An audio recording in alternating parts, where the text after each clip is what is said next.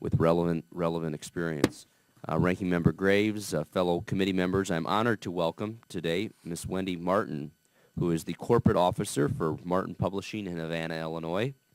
Wendy, along with her husband Bob, who joins here today, own two local newspapers, a printing company and a basement dewatering business.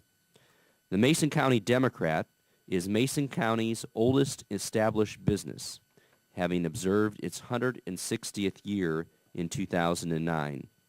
Their other newspaper, the Fulton Democrat, recently celebrated its 155th anniversary and is the oldest established business in Fulton County. Wendy's family newspaper history can be traced to her grandfather, Dr. Morris Fishbein, who was editor of the Journal of American Medical Association for 25 years and was the author of the first syndicated column that we've all become to know, Ask the Doctor. Wendy has seen a lot of changes to the newspaper industry in her 25-plus years with the company, and as the former president of the Havana Chamber of Commerce, Wendy has helped revitalize a depressed community in her county. I'm pleased to introduce Miss Wendy Martin of Martin Publishing from Havana, Illinois. Welcome, Wendy. Thank you. Madam Chairwoman, Ranking Member Graves, and Congressman Schock, thank you so much for the opportunity to talk to you here today. Our company, Martin Publishing of Havana, has two newspapers and a printing company, as he said. And I guess I'm repeating myself, but both of them are over 150 years old, and we're very excited. The paper that's 155 years old has always been in my husband's family.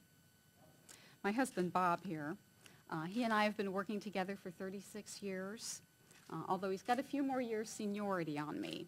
He started at the newspaper when he was 7, sweeping floors. He says that's indentured servitude. When I started, we had a linotype operator, and we cast the headlines in hot lead. In 1974, who could have imagined personal home computers, Google, Yahoo, and news aggregators? For those reasons, and a variety of others, the newspaper industry has changed dramatically. For once, it's to our advantage to be the small hometown newspaper. Our news is all local, and our readers depend on us to cover the schools, the city councils, 4-H clubs, and the things that matter to them. Industry-wide, circulation has taken a nosedive, but we're kind of holding our own. Bob says we're kind of like you.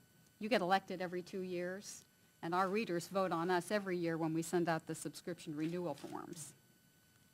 To stay competitive, it's always critical to keep your equipment and processes up to date. In the next few weeks, we'll complete the launch of new internet editions of our newspapers. Our mission is to provide the best local news coverage that we can, but the success of our business really depends on other small businesses. The majority of our customers are just like us, small local entrepreneurs catering to the local communities that we serve. Thanks to a federal USDA RCDI grant, we were able to be part of a program called Shop Havana that supports our community of 3,800. The goal was to raise community awareness regarding the difference people could make by doing just a little more shopping at home. We calculated that if each resident spent just $12 a week more in town, that they could make $1 million difference in Havana at the end of the year. This wasn't spend $12 more, just spend $12 that they might have spent out of town at home. In addition to promoting it in the newspaper, our printing company helped by designing decals for the doors of every business in town and table tents that were placed by the cash registers. And they were there to remind shoppers that the best reasons to shop Havana were that local businesses were there to serve them with personal service, high-quality goods. They created local jobs, and it kept tax dollars at home. While we're only 6 months into the program, we know already that the benefits have been incalculable. Members of our community have become keenly aware of the difference that they can make and of the importance of shopping locally. I think that's why my successor at the Chamber of Commerce opened up a new business in town this year. why the owner of a restaurant that burned to the ground last year reinvested all of his money back in the community and has reopened. He named the bar the Phoenix. We have another business downtown that's expanded, and we even attracted a new restaurant. I've talked mostly about the newspaper side of our business and what we've done to try to ensure that the tradition of local news continues.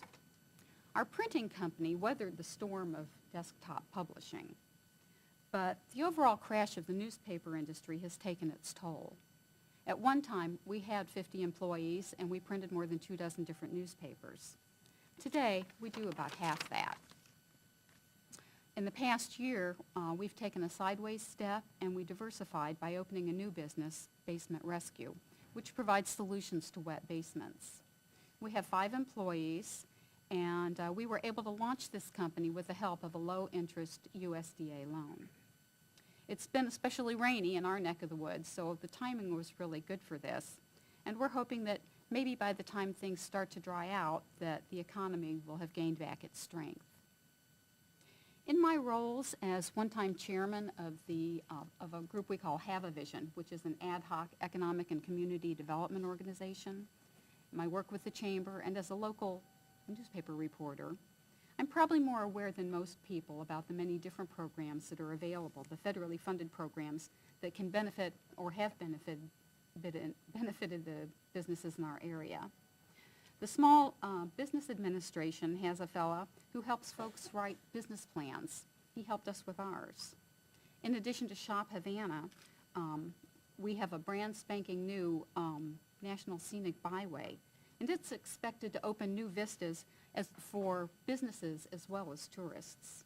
Congress's continued support for these programs and others like them is essential. We're very excited about our proposal, the proposal by Congressman Schock and Representative Walt Minnick to provide payroll tax relief. Talk about stimulus.